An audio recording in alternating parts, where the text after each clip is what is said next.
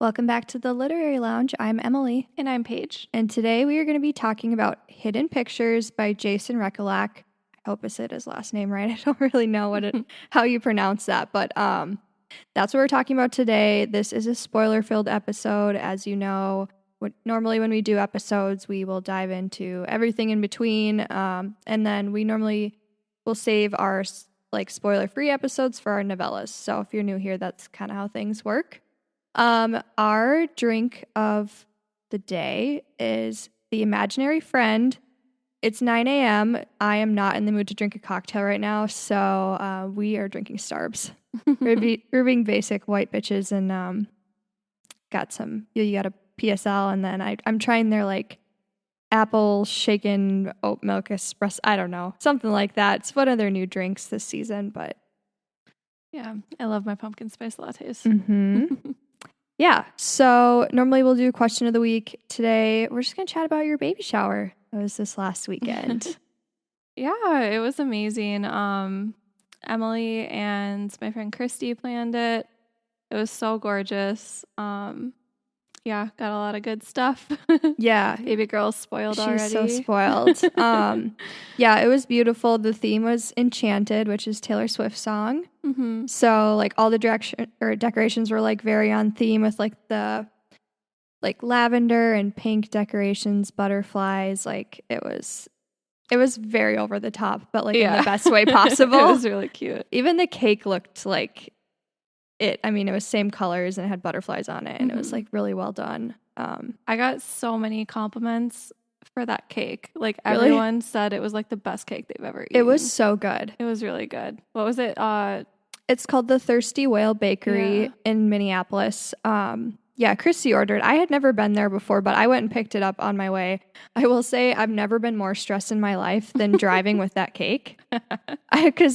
So they give you literally instructions when you get there. They're like, the best way to transport this is put it on the floor. And he was telling me all these things to make sure it didn't get smashed. And I'm like, you were stressing me out. But so I was driving like a grandma on the way to the venue because I was like, I cannot be the person that ruins this cake. It would have been really funny though. Yeah. I mean, I would have felt horrible, but no, it's totally fine. But yeah, it was so delicious. I also, while I was there, picked up donuts. Because I walk in and they have all these different kinds and I'm like, shoot, I'm gonna get donuts. And so those are really good too. Did they have cupcakes when you went in? I think I'm not 100% sure. They had muffins. Okay. Because I want to have another cake, but I don't want to buy a whole cake. I'd rather get a cupcake. I mean, I can imagine that they would be able to do that, right? It's the same thing. Yeah, walking in, because I'm not a huge donut person. Mm-hmm. I like donuts, but I have to be in the mood for a donut. Yeah. But I'm usually always in the mood for a cupcake. So it'd be nice to just walk in there and then get a cupcake, because their cake was so good and their frosting was good. Yeah. No, I'm not 100% sure, but it's a really small place. There's anywhere to sit, so it's you go and you order and you leave kind of thing, just little pop-in bakery. Yeah. But yeah, very good. Highly recommend if you're in the area. Yeah. It was very good. Yes. Anyway, beautiful baby shower. You got lots of nice things. Mm-hmm. Sienna is ready to go. Yeah, she is very ready. Thank you for helping through that. Yeah. I want to see the nursery once you've got all your things situated. Yeah, we just painted, but we still have to paint because we're doing all the trim and the door in the same pink. Mm-hmm. So we got the walls painted, and then I'm painting stripes in the closet because it's gonna be that French Paris French theme. Mm-hmm. So yeah, I still gotta paint the stripes, but the pink's painted now. So cute. Yeah. Yeah, I can't wait to see it when it's all done. Yeah. Me too. All right. Awesome. Well, if you're curious about our drink of the day, that is on our Instagram, the Literary Lounge MN. And with that, I think we can get started. Let's do it.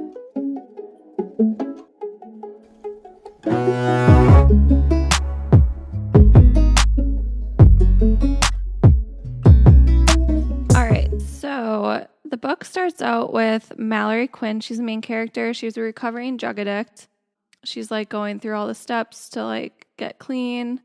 One thing that like the book starts off with like this weird scene of how she's like standing naked in front of like all these men. She's naked? I thought she was naked. I don't think she's naked. Oh, she was. I thought she was naked the whole time. No. Really? No.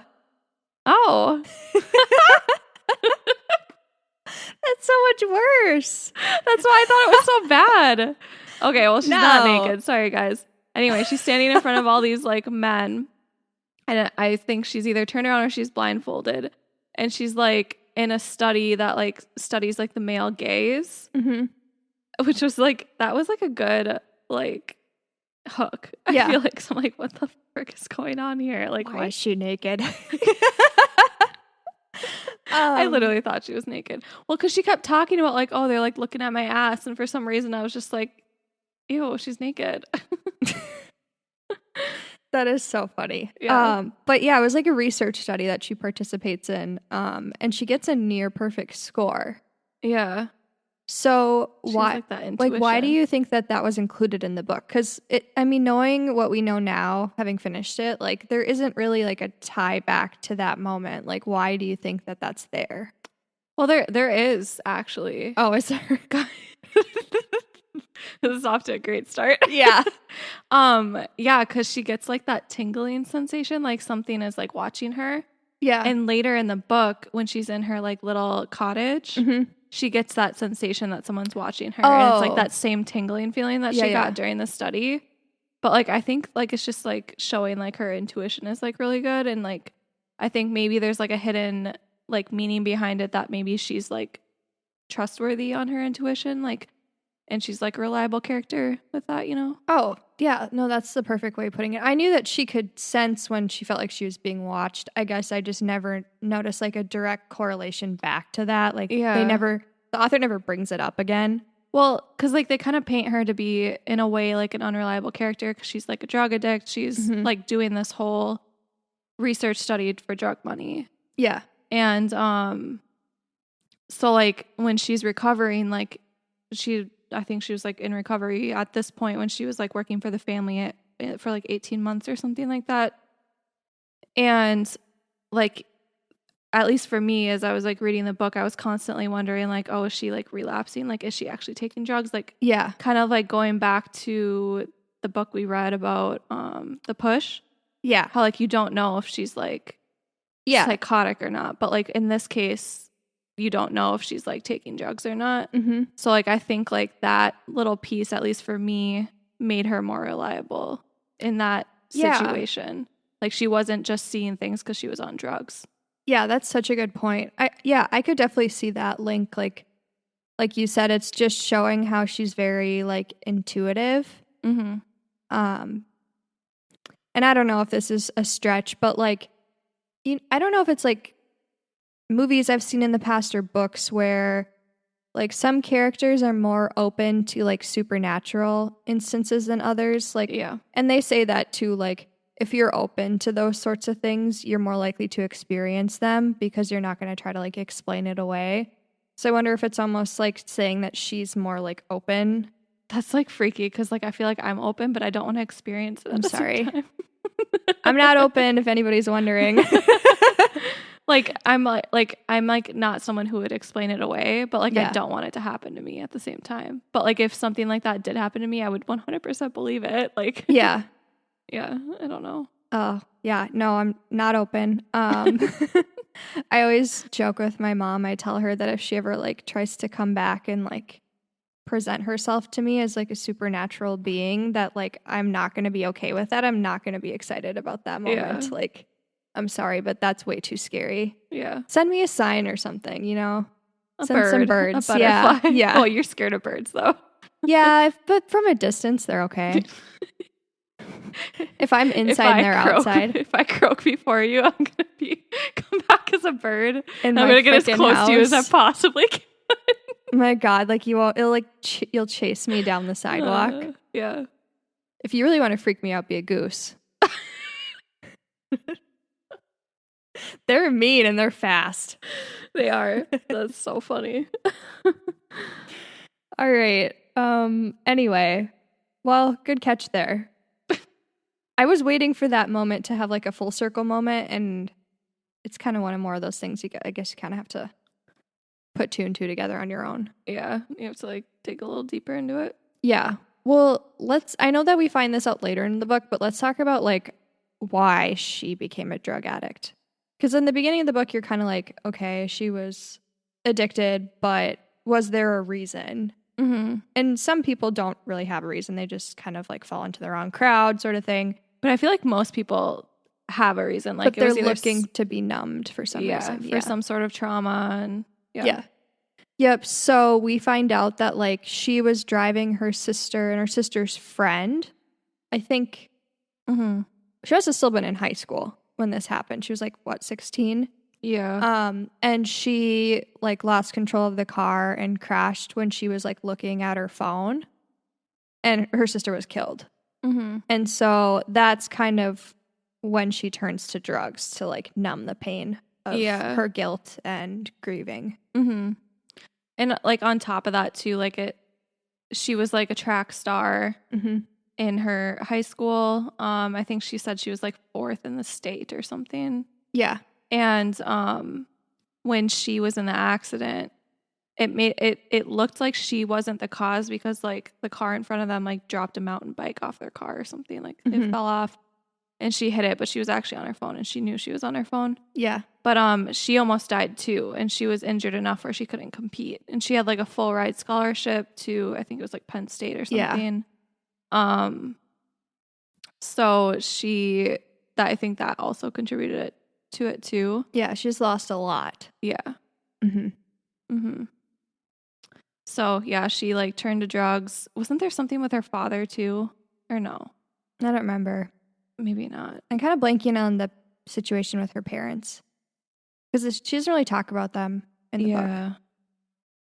Yeah, I don't. They're kind of a non-factor. Yeah, I don't think actually her parents had. I might be thinking of a different book, but yeah. So that's how she got into her drug addiction. But anyway, moving forward, her sponsor lands her a job interview as a nanny with a very wealthy family, the Maxwells. And she goes to the interview and they both are kind of like having differing opinions about her. Yeah. The husband is like very standoffish, doesn't want her. And the wife is, what's her name again? Caroline. She like is like really wants her to be there. Yeah. And like, I just like, that kind of was a weird vibe for me reading that, because I'm like, why do you want her so bad? Yeah. I guess like it was never like, I don't think it was ever really explained. Like it was just weird. Yeah. Interesting, because I mean, we're led to believe that Caroline is rooting for her because she's a doctor for like recovering veterans that have like PTSD or I don't know, maybe some of them do have drug addictions. I'm not totally sure on what she specializes in, but she's seen a lot of recovering addicts, and so she's definitely like on board with like giving people a second chance. Yeah, I get that, and I'm not saying anything bad about drug addicts, like I'm not mean, but like to like put someone in care of your most prized possession. Yeah. When you've seen like how some drug addicts can behave, like, and like how they can relapse. Yeah. I think that's just so risky to me, in my opinion. But and that's what Ted's argument was. He was like, I mean, he was straight up with her, Mallory, where he was like, why would we hire you when we can hire one of these other hundreds? I don't know how many applicants they had. It sounded like a lot, but like I could hire somebody that doesn't have that past. Yeah. Somebody that maybe has a lot of experience with being a nanny and like speaks multiple languages and like all these things that like their child could benefit from. Like he didn't really see the point in hiring her. And don't get me wrong, like I think it's like great that she's like giving this person a chance, like Mallory a chance. Like I think it's always good to give someone a second chance, but like maybe I would, for me personally, I'd probably offer a different job instead of like watching my 5-year-old child. Like be our cleaning lady, do our laundry or something. I mean, I feel like we could probably argue that here, like Caroline had an ulterior motive hiring her, where she's like, okay, we have this like dirty past that we're trying to cover up. Let's maybe pick somebody that's a little bit unstable. Yeah. That is maybe not super well versed in childhood psychology or anything like that. That's somebody that's not going to go digging, right? They're just going to try to like stay in line, watch the kid. Like maybe there was something there with that. Yeah. Yeah, I mean, I didn't put those two together right away when I was reading it, but it just like when I first like read that, I'm like, why though? But why are you so pushy for this? You know? Yeah. So, yeah. But works out for her. They end up hiring her. It's really like a pretty sweet gig. She gets to live in like they like renovated this old like storage shed into like a nice guest house. So she has like her own space, which is even better. Like she's on their property. They got an in-ground pool. Sounds like the bed is super comfortable because again, they're wealthy. They, you know, really decked out her little guest house. And it starts to go like really well in the beginning. I mean, her and Teddy like hit it off right away. He's kind of a shy kid, but he's like really taken to her. They have a lot of fun together. They, you know, go out on little day trips to the grocery store and get ingredients to cook or bake and play games and stuff. So like everything's going pretty well aside from like his imaginary friend. Yeah. And that like, I like how it started right off the bat. Yeah. Like right when she started, she got her first picture drawing from him and it had a very creepy drawing of Anya, his imaginary friend. Which you informed me before we started recording this episode that the hard copy actually includes all the pictures. Yep. I listened to the audiobook. I will say the audiobook was great. The narrator did a super good job. I mean, if you're listening to this, we're going to spoil it. So I guess I'm assuming that you've read it or don't plan on reading it, but like I highly recommend the audiobook. Like if anybody were to be like, what should I listen to on a road trip with my husband or something? I'd be like, this is a good one. But yeah, I feel like I missed out on part of the experience. Yeah. Not getting to see the drawings. Yeah, I feel like that, like as much as you say the audiobook was great, I feel like that alone would like make me not recommend the audiobook just because like the experience with the pictures like added so much. Yeah. But yeah, I mean, it would even be nice like if you do want to listen to it, like say if you were going on a road trip and you want to listen to it but you get car sick and you don't want to read it, but you still want to like experience the book, maybe get like both and then you can at least look at the pictures. Yeah. And then go return it on Amazon or something. Yeah. But download the Libby version for free and then buy the book. Oh, yeah. There you go. Look at the pictures while you listen to it. Yeah. Yeah. Because the pictures add so much to the experience, I think. Well, looking at them now, I'm kind of feeling left out. So. Oh, sorry. No. I can see how that would have been like, that would have just added to it. Yeah. That's such a cool, like, thing for the author to do. Yeah. She has like a whole, like, I didn't read it, but there's like a whole like chapter in the back that like is talking with like the illustrators for the pictures and like the whole experience with that. So yeah, nice. I should have read it, but I didn't. That's really cool. Like there's a lot of thought behind it. Yeah. So anyway, the pictures grow increasingly disturbing like throughout this whole book. We won't talk about each one. There's a lot, but like it's kind of back and forth where 1 minute she's getting a picture of like a creepy woman like with him, you know, little stick figures, and then the next she's getting a nice drawing of him and her. So it's kind of like it's a lingering thing, but it doesn't get super bad until like later in the book. Yeah. But it definitely like adds an element of like eeriness to the story. Definitely. But yeah, so Anya becomes like somewhat of a problem as they move forward where like Teddy kind of back talks to Mallory a little bit like, well, Anya says this or whatever. And she's like getting frustrated with that. But so then one day, like one of the main characters that she begins to draw or like get feelings for is Adrian. And he's like working as a landscaper there. And he's like similar age to her. And she actually like lies to him about who she is. So like she pretends like she's a track runner at Penn State, basically telling him all the things that she was supposed to be but didn't end up doing. Yep. And he just like eats it up. Like he's like, oh, that's so cool. And she kind of gets like trapped into this lie. which, like, I get why maybe she did it. Obviously, we know that was a terrible idea. Yeah. To lie to him. I mean, I think she probably figured, like, oh, I'm never going to see this guy ever again or something. Like, I'm just going to play into this fantasy of mine. But obviously, it has repercussions later on. Yeah, for sure. Because it just makes her look so much worse. I mean, she already is, like, trying to cover up her bad background with drugs, but now she's also a liar. Like, I mean, like, I can see, I mean, it's never good to lie, but, like, I can see, like, why she didn't want to. Because, I mean, like, they're in a really nice neighborhood. She doesn't want it to, she's living in that neighborhood now. She doesn't want it to spread around. And then everyone, like, she goes on runs every night. So, like, yeah. I don't know. I just think in the moment, she probably, yeah, like you said, she probably thought that she was never going to see this guy again. Whatever. No point in, like, airing her dirty laundry. Yeah. But then he just keeps coming up in the book, and it's just, the hole keeps getting deeper and deeper. Yeah. Yep. So that's a whole thing. And then she also meets, like, the neighbor Mitzi, she's kind of like a kooky older lady that doesn't like the Maxwells. She thinks they're really uppity.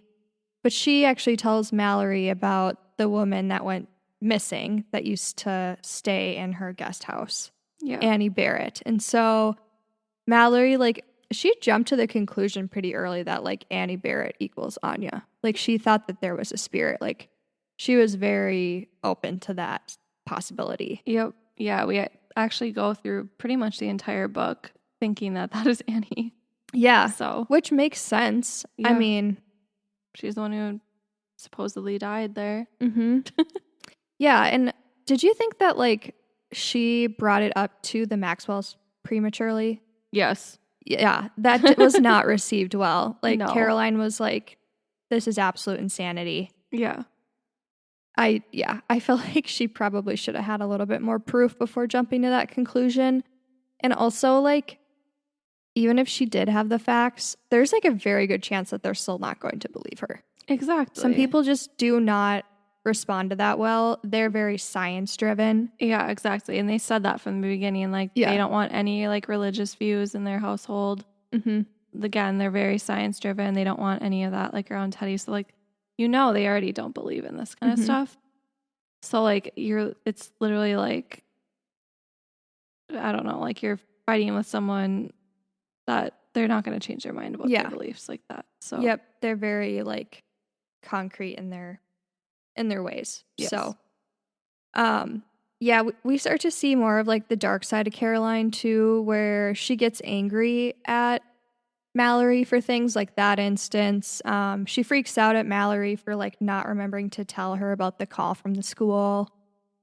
Just things like that where you're kind of like, she's, like, one of those people that's just a lot. Like, she comes across really warm and friendly, but, like, you never know when she's gonna snap. Yeah, she's, like, almost got, like, two personalities. Yeah, definitely. So, like, with how everything is going so far, how would you feel, like, if you were in Mallory's position? Like, would you, like, would you have tapped out at any point during this? I think if I were Mallory, I would not have brought that to them right away, or even at all. I mean, obviously, like, as a nanny, you are worried about the safety of the child, but, like, I don't think that I would have, like, brought that to their attention right away. I think I probably would have, like, stuck it out for a while, like, even though Caroline's giving bad vibes, like, she's just, like, one of those people you just kind of deal with their, like, moodiness. I think I probably would have tapped out when things got really, really scary. Yeah. I can't, like, pinpoint an exact moment in the book that I would have been like, I'm done, but I think, like, the creepy pictures showing up in her guest house, like, oh yeah, even, like, the Ouija, like, I'm never gonna use a Ouija board in my life. No, I would have probably not even put myself in that position to begin with, but, like, once it started to get really real like that from a supernatural standpoint, I would have tapped out, I think. I would have even, like, considered it because, like, I don't know, like, I believe in that shit. Like, I would have considered it when that first drawing came of Anya. Yeah. Like, that was creepy as shit. Yeah. Or how he's, like, having, it sounds like, one-sided conversations in his bedroom. And I've seen That's creepy. I've seen way too many scary movies where like, and like in the scary movies they claim this, and I've also like read this too, but like children have more of a tendency to see spirits and because they're more open to it. Yeah. So like I would have believed that in a second. And like the moment I saw that drawing, I would have been like, nope. Yeah. Like, easier to quit now. Like, yeah. You're barely not invested yet. They got plenty of other applicants. Yeah. I guess like the whole element for her probably is that she really needs something like that job, just to kind of get back on her feet.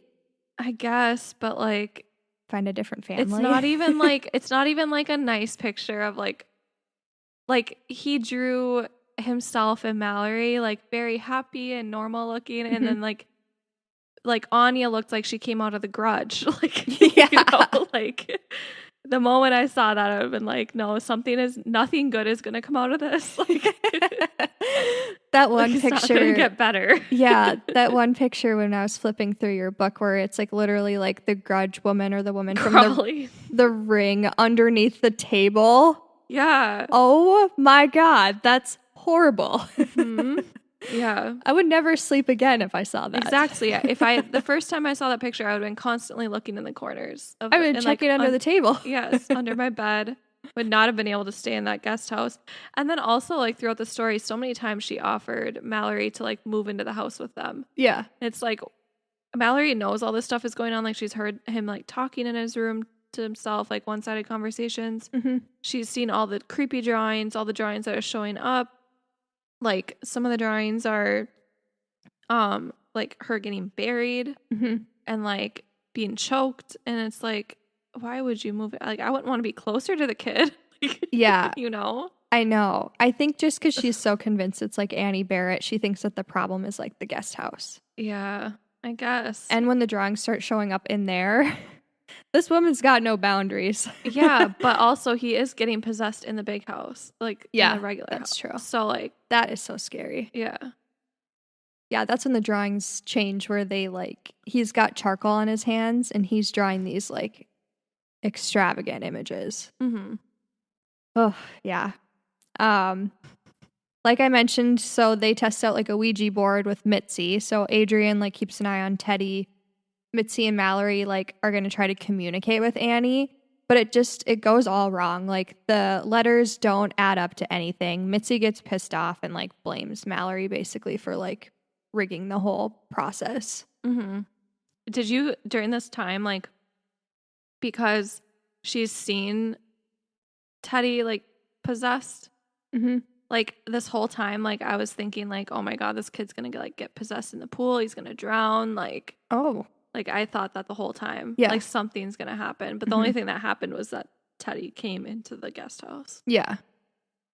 But yeah, I was like waiting for something like really bad to happen. Yeah, like they would summon the spirit and something like tragic would come about. Yeah, I could see that.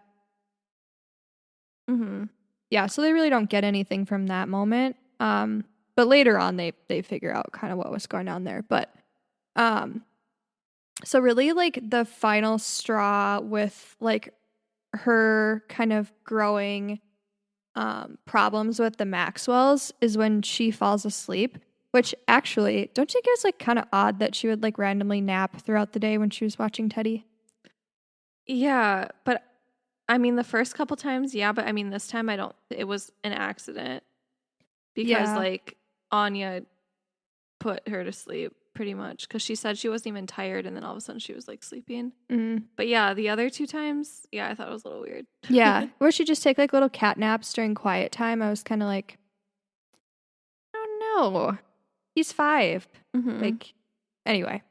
Yeah. Small details. But, so she sleeps for 4 hours, wakes up and finds that she has, like, charcoal on her hands, and there's all these images, like, all over the walls, like, where she, like, not far from where she was napping. And so the Maxwells, like, chalk it up to her, like, being back on drugs, basically. Yeah. But they drug tested her, and she was fine. Yeah. But even I thought, like, maybe... Yeah, because again, with her having this like tough background, like it creates like a level of unreliability in her.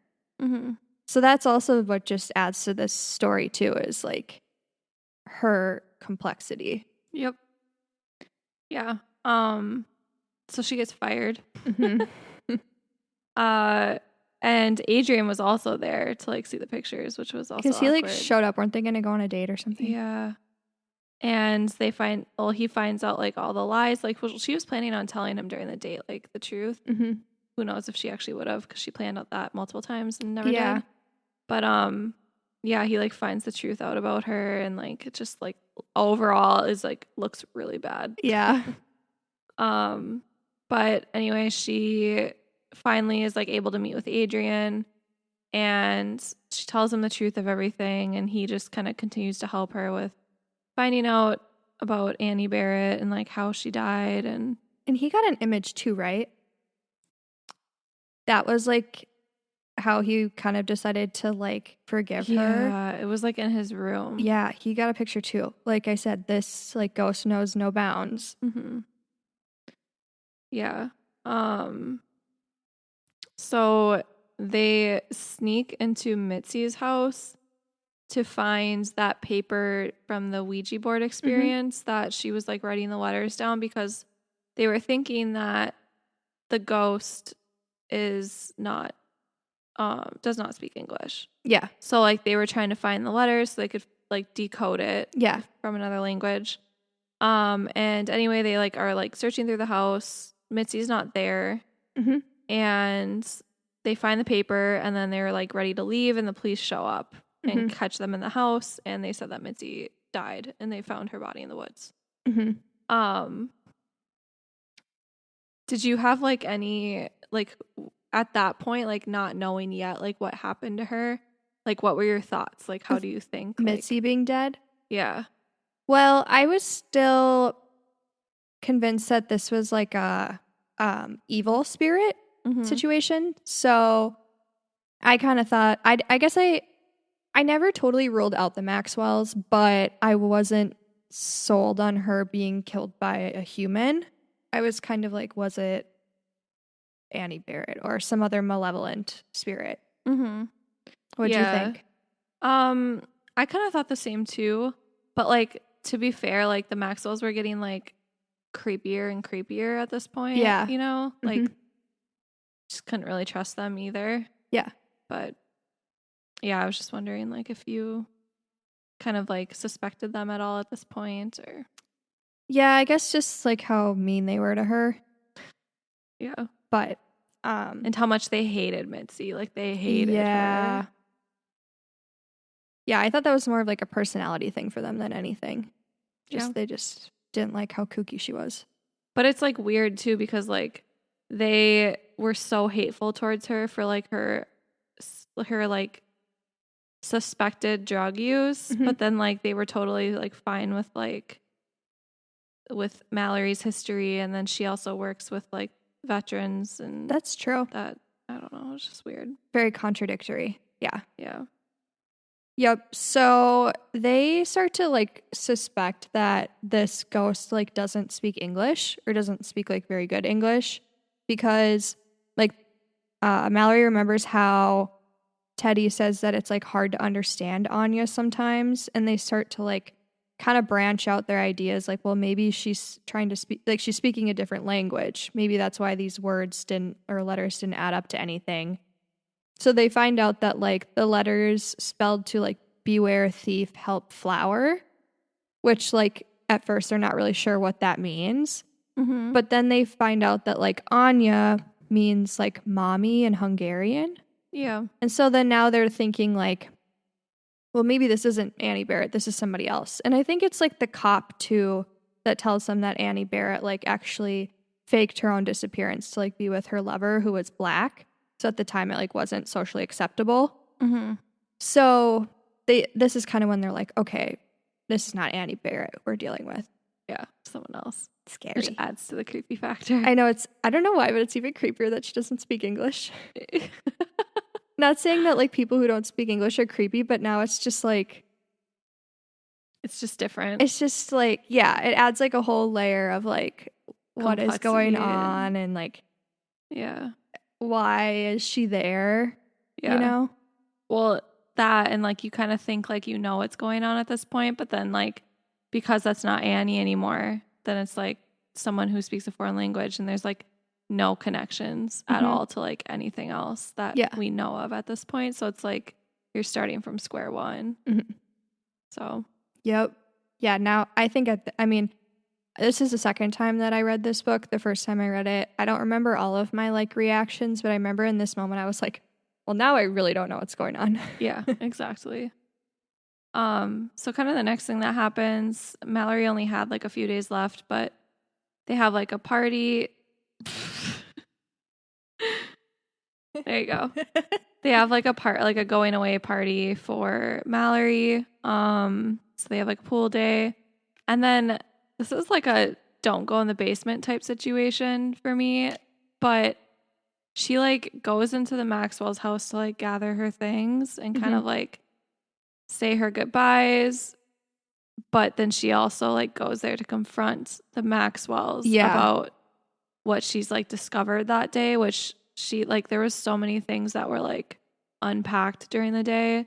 For one, like Teddy went in the shower and she found out that like he's not a boy. Yeah. He has female parts. Yep.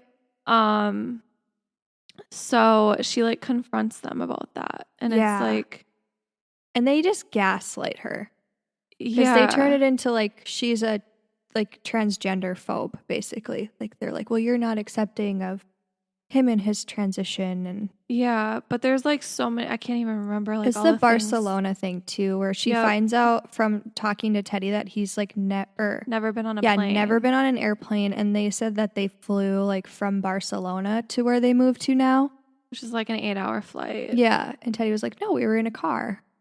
Yeah. And so like she literally goes in there like guns blazing, like this is off, this is off, this is off. And they're like trying to explain it away. They say that they like both gave him Benadryl on accident, and that's why he slept through the entire plane ride. Yeah. Like as if he wouldn't remember not like being in the airport or anything. Yeah. So it just gets to the point where it's so escalated that like I can't even remember which one of them that it was. I don't even know if we know, but all of a sudden she's like struck in the head with a wine bottle. It was the husband. Oh, it was, okay. But like she like goes so far into it where she's like, you guys stole him.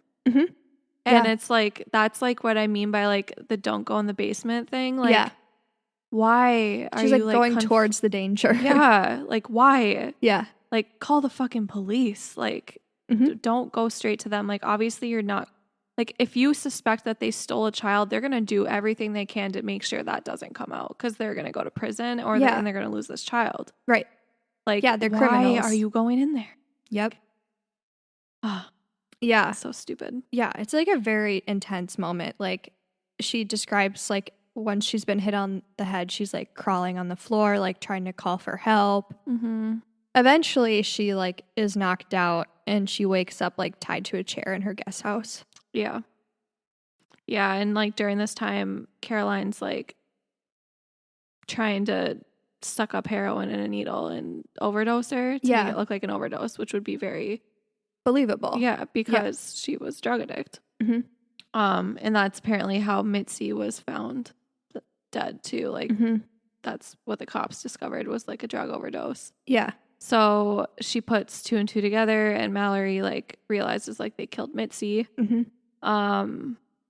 But while she's like, well, because it's like 11:30 or something like that at night, and Adrian was supposed to come over at 12. So she's like trying to like waste time, and she like kind of like weasels the truth out of Caroline at this point. And we hear the whole story of like how everything happened. And to sum it up, like Caroline and Ted, they were unable to conceive.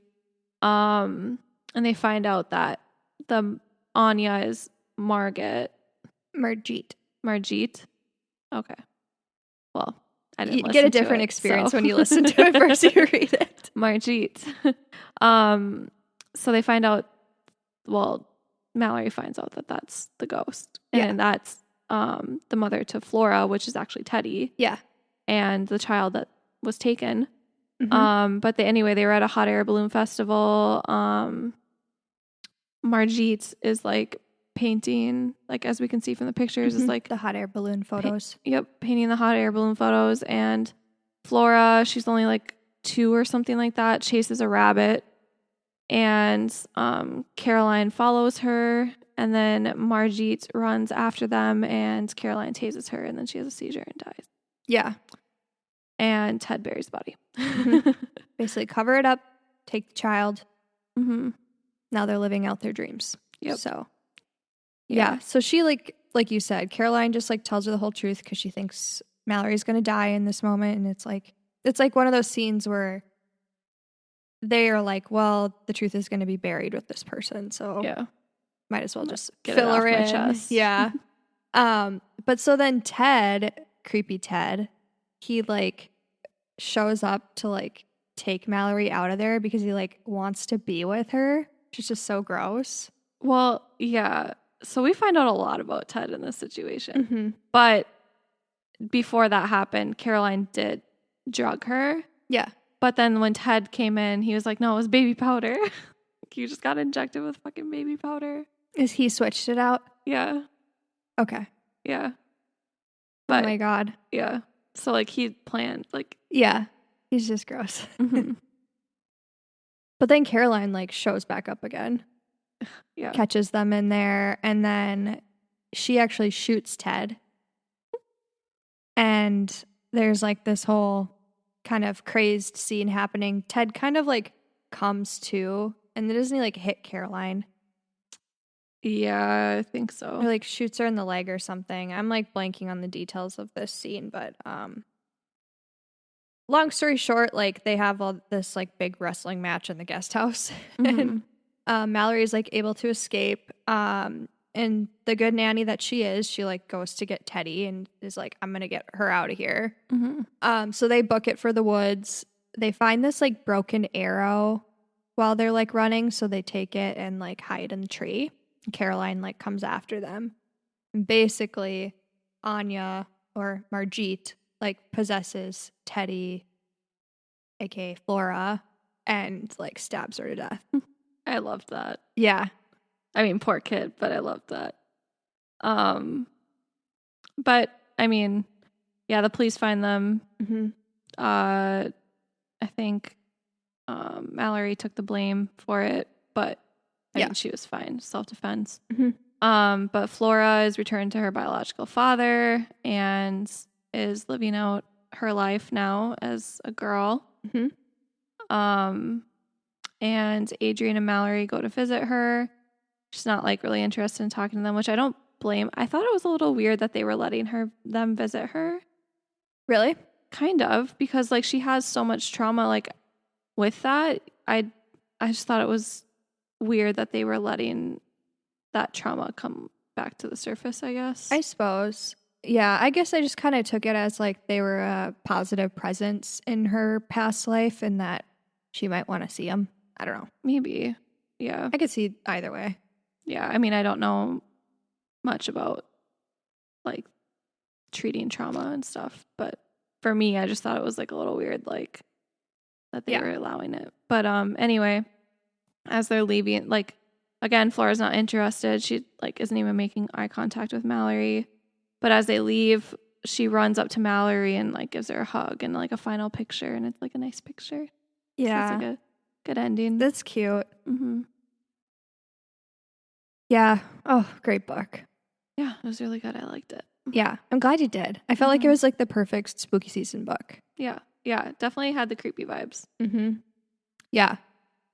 So, let's talk about, like, what else was, like, sus in the story that was kind of, like, hinting at what was really happening here. Like, aside from the drawings that were, like, perfectly crafted in a way to explain to us, like, what happened to Margit, but, like, what else was, like, out there that now, like, looking back on it, you kind of, like, picked up on? I think just, like, the way that Caroline and Teddy were, like, acting was very sus. That's pretty much, like,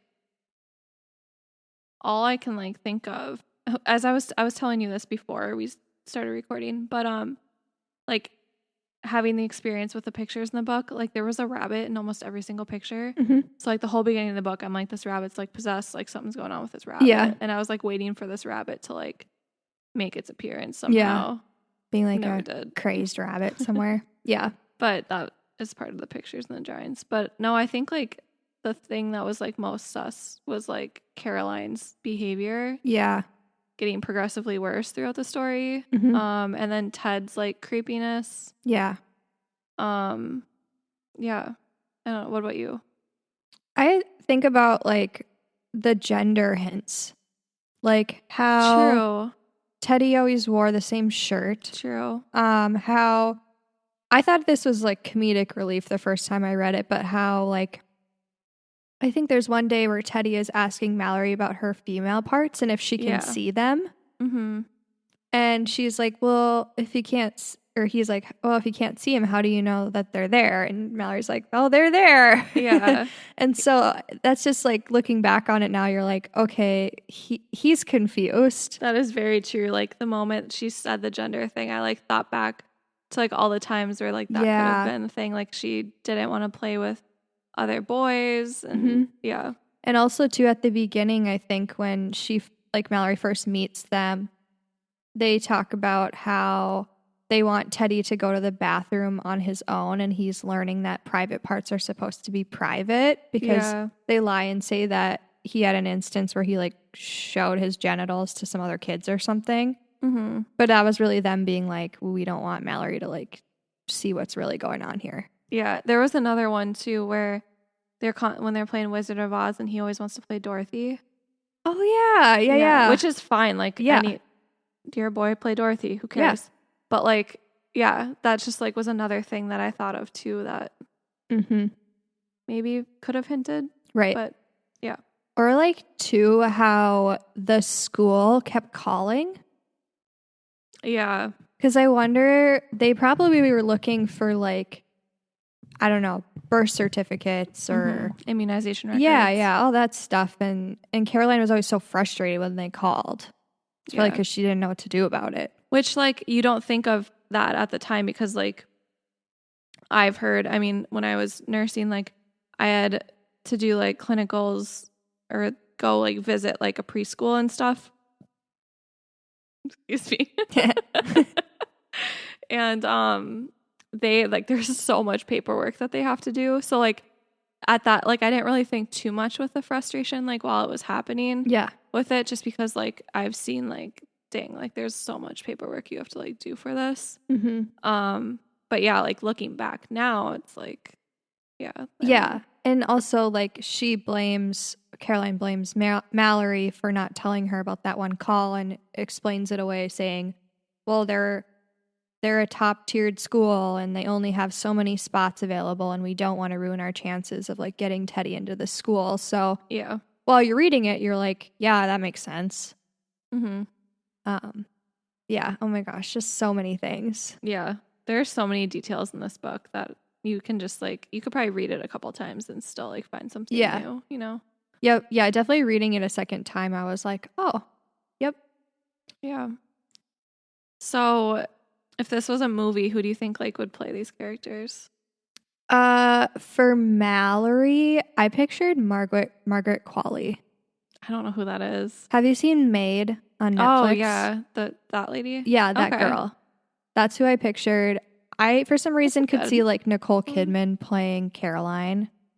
Okay. Just because like I think Nicole Kidman kind of plays parts like that sometimes. Like, have you seen Big Little Lies? She plays kind of like a well-to-do woman. It's a TV show. I was thinking I got that and like Little Fires Everywhere mixed up. I feel like I may have seen that one though. With like Reese Witherspoon and like Shailene Woodley and Zoe Kravitz. That's Big Little Lies. Maybe. But Reese Witherspoon is in Little Fires Everywhere too, so I don't know. Oh yeah, that's so confusing. Yeah.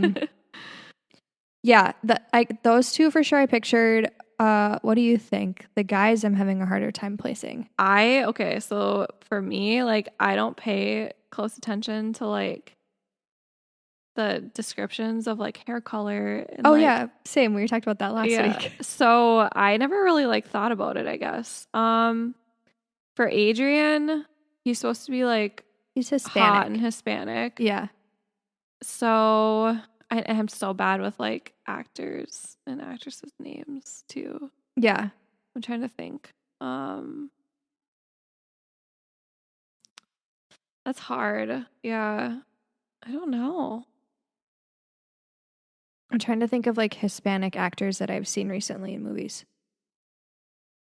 And I'm also trying to think for like Ted too. I could picture like Colin Firth. I don't know who that is either. He's in have you seen Mamma Mia? Not for like a long, long time. I don't know. I feel like you could probably throw like any middle-aged man into that part, to be honest. True. Yeah, I don't know. I'm really bad with like Mitzi, I could picture like Meryl Streep or oh yeah, she'd be a good one. Or the lady in Harry Potter who plays Bellatrix Lestrange. If you really wanted to go there, you could go there with her. That's funny. Yeah. True. Yeah, that'd be a good one. Mm-hmm. Did you say, wait, you said Caroline already, right? Or no, you said Mallory. Mallory and Caroline. Yeah. Nice. Yeah. I think this would make a great movie. Yeah, I think so too. Did you see like the ending coming? Or like were there any twists that you predicted correctly? It was so twisty. I mean, I'm trying to remember back how I reacted to this book a year ago. I think I was really happy that it actually had a supernatural spin to it. Like, yeah. There's so many books and movies where you think it's supernatural and then it ends up being an actual person it just ends up being like an eerie situation. Mm-hmm. I was very surprised about how there actually was a ghost. Yeah. Like in the end, because when Annie Barrett is like, that idea is crossed out, I'm like, okay, well, it's just, I don't know. Somebody's putting creepy pictures in her guest house and like, so that I think was the most surprising and a good surprise because, like I said, I liked that aspect of it. Mm-hmm. What about you? I had a lot of predictions throughout the book, but no, I didn't see like any of them coming. Like that, how it actually played out, I didn't see coming. I did at one point think that maybe Teddy was stolen, but like it never like was my final prediction. And I never like assumed like the gender identity aspect of it, the like Anya being the mom. Trying to think like Caroline, I've had like suspicions about Caroline, but I never knew exactly what either. Yeah. But like I kind of assumed that she could be violent just because of the way she like acted for like she was such a wild card with her personality. Yeah. Yep. Over like pretty small things too. Yeah. I don't know. I mean, once the whole Annie Barrett thing was revealed, I was like, I don't know what the fuck's going on now. No predictions at all. Yeah. So, yeah. Didn't see the ending coming. It was good. I love when I read books like that. Yeah. It was so fun. Final thoughts on the book? Like, what's your rating? I liked it a lot. This is probably a 5-star book for me. Yeah. Again, like I only give a book 5 stars if it's like something that like I'm still thinking about. And usually if it's not predictable, I mean, even sometimes if they are predictable and it's like something that like it's like staying on my mind, I'll give it a 5 stars. But yeah, I think it's a 5-star book for me. Yeah. What about you? Same. I mean, I know it's a 5-star because like you said, it stayed in my head for a year. I mean, I read it last year and I was like, when we were talking about spooky season books, I was like, we have to read this book. Like I've already read it, but I know it's like going to be a good one to talk about. Yeah. So yeah, still a 5 to me for that reason. It was so twisty. It's really well crafted, like all the hints with the pictures and everything. And like, that's so cool I still think it's so cool they included the drawings. Yeah. But everything makes sense. Like there just isn't I couldn't find plot holes. Like the pacing of the book is good where it's like constantly there's something eerie happening. Another picture, Teddy talking to himself in his bedroom. Like, there's just all these things that just really keep you like on the hook the whole way through. Even like the characters were fun to read about. Like Mallory and Teddy's dynamic together was like kind of fun. And I loved it. The whole thing is like such a great experience. I think it's just so crazy to me that you didn't know there were actual pictures. So like, how were the descriptions of the pictures in the audiobook? Like, were they pretty like descriptive or like, yeah, like how did you imagine, like, because you listened to it, you heard the picture, like what they look like, but like now that you see it, like, is that like what you pictured it to look like? Yeah. So they were pretty accurate then. I mean, I think we read the same thing where like in the book, didn't it kind of like briefly describe the pictures? And then I'm assuming you got to look at it. Yeah. Okay. So it didn't like say like, oh, there was no like image one is right. Like, yeah. oh, okay. There was no indication that there was actual images. So like it literally just it was like Mallory describing the image. Okay. So I didn't even know.